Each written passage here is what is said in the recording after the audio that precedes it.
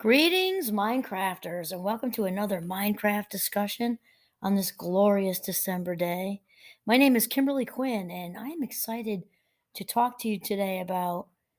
Well, I mean, we all I think most of us know how I feel about cell phones. Not that there aren't some positives. We're going to talk about phubbing and the blind spot with that, and how they can and do frequently damage our relationships. Not only do they damage our relationships, but we're not aware that they're damaging our relationships. So very interesting. I mean, my inspiration today is coming from a Psychology Today article by Gwendolyn Seedman, PhD, and it's really interesting. And I one of my great thinkers I listen to semi frequently is Simon Sinek, and he talks about this too in different ways. So I'm gonna reel him right in. So it kind of starts out with Gwendolyn talking about, we may be oblivious to the harm we cause when we focus on our phones instead of our friends. This actually surprised me, honestly, a little bit. I mean, we know that it's damaging when we ignore people for any reason, but I was surprised that we don't get that we're causing the damage. That sort of was a little eye opening. So she starts out by saying phubbing or snubbing others in social situations in favor of one's phone is something 90% of adults admit to doing. 90%! That's almost everybody. Yet research finds that it can do real harm to relationships, disrupting connection and upping the chance of conflict. Well, that's not a huge surprise right there. And then she says, why then do we keep doing it? Well, Gwendolyn, that's a really good question. If we, if we have that stupid cell phone in our hand, when we've got our own valuable life minutes, the valuable life minutes of a partner or friend or child, parent, grandparent right in front of us, that's such a no-brainer. This little mini computer over a living, breathing somebody we care about. It's just so ridiculous. So why do we keep doing it? And it says new findings suggest that a bias known as the phubbing blind spot may be to blame. So the visual I had for this is way back when I had my first new car, my Nissan. I love that car so much. It was this light, like powder blue color, and I loved it. Although for some reason that color, I mean, I love the car. I had so many near, you know, collisions, like where I just nearly got clipped when I was right sort of by the I'm riding in the right lane, let's say, and the back left tire area, right, where there's somebody's kinda clinging right there, and that'd be me. Sorry, they'd be in the right lane, I'd be passing, and I so many times I almost got clipped. So I think of that blind spot, like, how are you not seeing me? I'm right here. I'm like, just look in your rearview mirror. How do you miss it? But I think about how something can seem so obvious, yet we nearly get clipped. So with the phone example, obvious, I'm right next to you, but you're not seeing me. Same kind of thing. And Gwendolyn says in 4 studies, researchers analyzed the effects of phone use across various social contexts. Replicating past findings, they found that interactions in which a phone was used tended to be less enjoyable for participants who reported reduced feelings of connection and engagement. No freaking question about that. And I'm thinking way back uh, when, call waiting is still a thing, but since a lot of people don't even have landlines anymore because it's cheaper to just have a cell phone. We live way out in the sticks, so we have to have both for emergency reasons. But I remember with when no one had cell phones and landlines were, what we had, and when the call waiting was first invented, I remember how one of my favorite comedians, Loretta LaRoche, talked about it. She'd say, "Call waiting should refer to as call rude." Because we're on the phone talking with somebody, say our partner or your dad or, your friend or whoever, and then it would just be a beep. You couldn't see anything. Later on, eventually, you could see another caller ID, but for a while, it was just a beep, beep, beep, beep, and that meant somebody's trying to call you at the same time. So if you pushed kind of like the hang up button, it would just put the person you're talking to on hold. So she said that she's exactly spot on accurate. She called it call rude because she said, "Oh, here you're talking to your husband or wife or mom or whoever." He's saying, "Oh, Can you just hold on so I can see whoever's calling in and I don't know who they are? They might be more important than you. So just stay put right there and I'll be right back at you. And, for the current, you know, contemporary 2022 situation here, that isn't different with cell phones. And Simon Sinek does a whole thing on this with, he does a thing about leadership and, taking care of your employees. That's the context. And I think it's even worse when it's leaders because there's a power differential. You're in a place of setting an example, which makes it all worse, in my opinion. Especially, when he does his things talking about the Gen Zers and they're misguided to a lot of no fault of their own because technology was here when they were born into it, blah, blah, blah, blah, blah. And so here we have leaders just with their cell phones out when you're trying to have a conversation with an employee, or picture leaving that aside, a partner with another partner, or a first date or a second date. There with me, there sure as heck wouldn't be a second one if that was the first one. I'll tell you that right now. And then he goes and talks about how sometimes, with leaders, again, it could be anybody, sibling, friend, whatever. Then you put it upside down on the table. You're having lunch or it's a desk, you're sitting in an office. Putting it upside down is not better. It's just as rude because it's kind of like Loretta Roche with the call waiting example. Somebody might buzz, blip, whatever, notification, and they might be more important than you. So I'm going to flip it upside down so the illusion of you think you have my undivided attention, but you really don't because somebody could call or text is more important than you are, and then you're ditched. So I'm at least going to check and make sure they're not more important than you are, and then I'll be right back to you. I mean, it's absolutely obnoxious. So so I guess the part of this article that surprised me was that, n- um, sadly, not so much that we're doing this because we know we're doing this, but that it was so surprising that relationships suffered. And in the case of the leader employee relationship, I would just have no respect, just none. And I will actually wait there for leaders to put it away if I'm having a chat with somebody. Thankfully, it doesn't happen that much at Champlain, but when I worked I think I mentioned this, I won't say too many details. Or if I do, then I guess they got an education.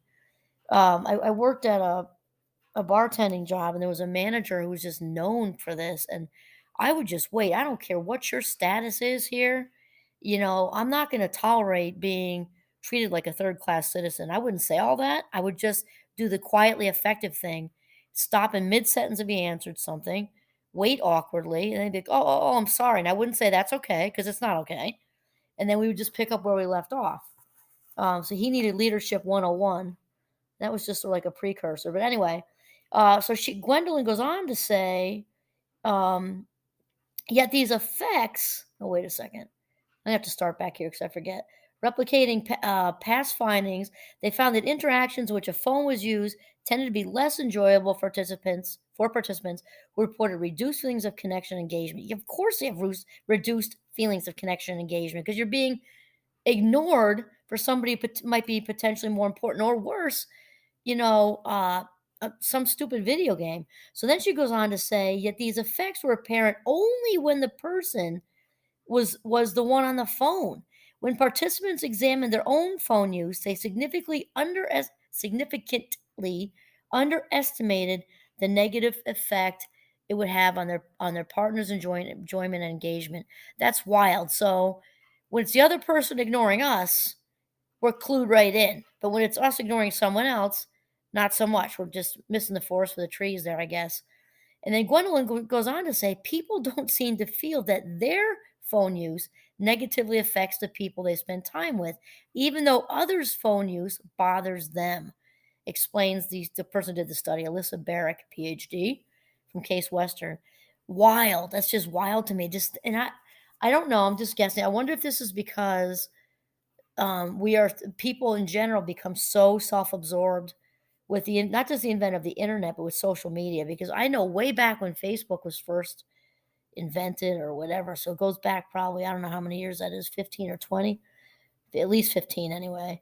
And I was reading at that time, way back, and now that of course there's like the Gram and Snapchat and like a million Discord and all these besides LinkedIn and all these things. That was before all the explosion of it all. And even still, the narcissistic personality index way back then had gone up 40%.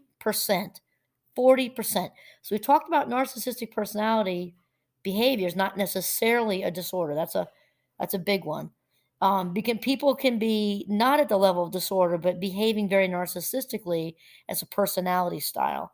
If you want to learn more about that, Dr. Ramani on YouTube talks a lot about it. So anyway, that's just my own personal guess, is that our indulgence in social media maybe is why people aren't getting that, they get that other people's cell phone use annoys them, but they're not getting, they're not there's no clearance to the tower that they're being annoying too with their very rude, obnoxious cell phone behavior. So, and Gwendolyn goes on to say, dubbed the Phubbing blind spot by researchers, this phenomenon appears due to participants' greater likelihood of attributing more positive motive to their own cell phone use, like looking up a fact to enhance the conversation, than they did to the other subs. Of course, that's what we're talking about, because we've become so self-absorbed because of social media and all the fake stuff we're doing with that, and all the social comparison and blah blah blah blah blah. So anyway, they also overestimated their ability to multitask compared with others, leading them to believe that their own phubbing was less disruptive. Okay, here's one thing from somebody. I have my degree in cognitive psychology, so I love to take on things that involve the brain and attention and memory and things like that. So I mentioned in previous episodes, multitasking is a myth. It does not exist. So if somebody says, "Oh, I'm such a good multitasker. I have like 15 kids and 3 jobs, and you should see me just manage it all." Well, no, really, that's you're not that good at it. Why? Because it doesn't exist. Multitasking doesn't exist because the brain is capable of only doing one thing at a time. So what looks like multitasking is really just a quick shift in attention. And we've gotten good at that because of being completely overstimulated and with our media saturated society where we are flying around like gerbils on crack. So that's really all it is. It's just good to separate that so we know we know, like a little reality check there.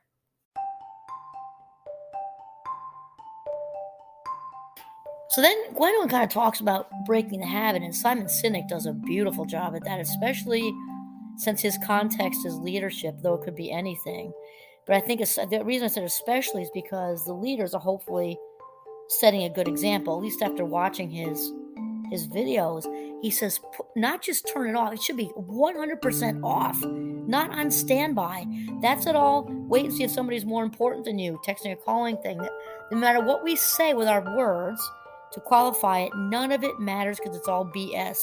As they say, behavior speaks louder than words. So if you're not um, walking the talk, as they say, then it's all BS. And so what he says is turn the dang thing off, put it in your desk drawer, out 100% out of the way.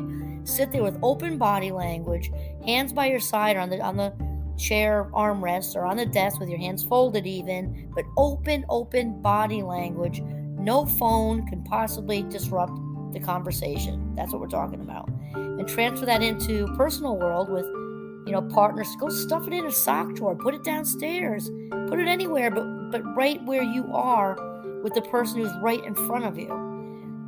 So awareness is key, right? That's key to it. We can't do what we don't know. Once we know, then we need to do better. We know better, we do better. Like my dear friend Dr. Dave, since once we're aware, we become responsible.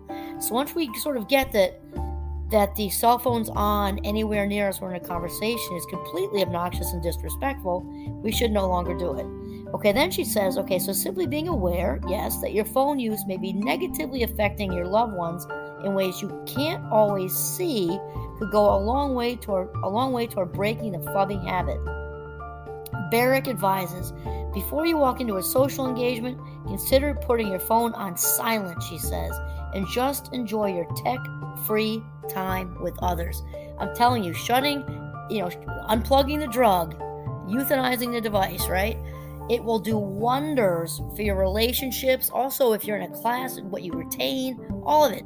But mostly the valuable life minutes of yourself and those you love in your life. It will only go to good places. Just only good stuff will come out of putting that little mini computer away. Okay, unplug the drug. This is Kimberly Quinn signing off from the beautiful northern Vermont. Have a mindful, tech-free day.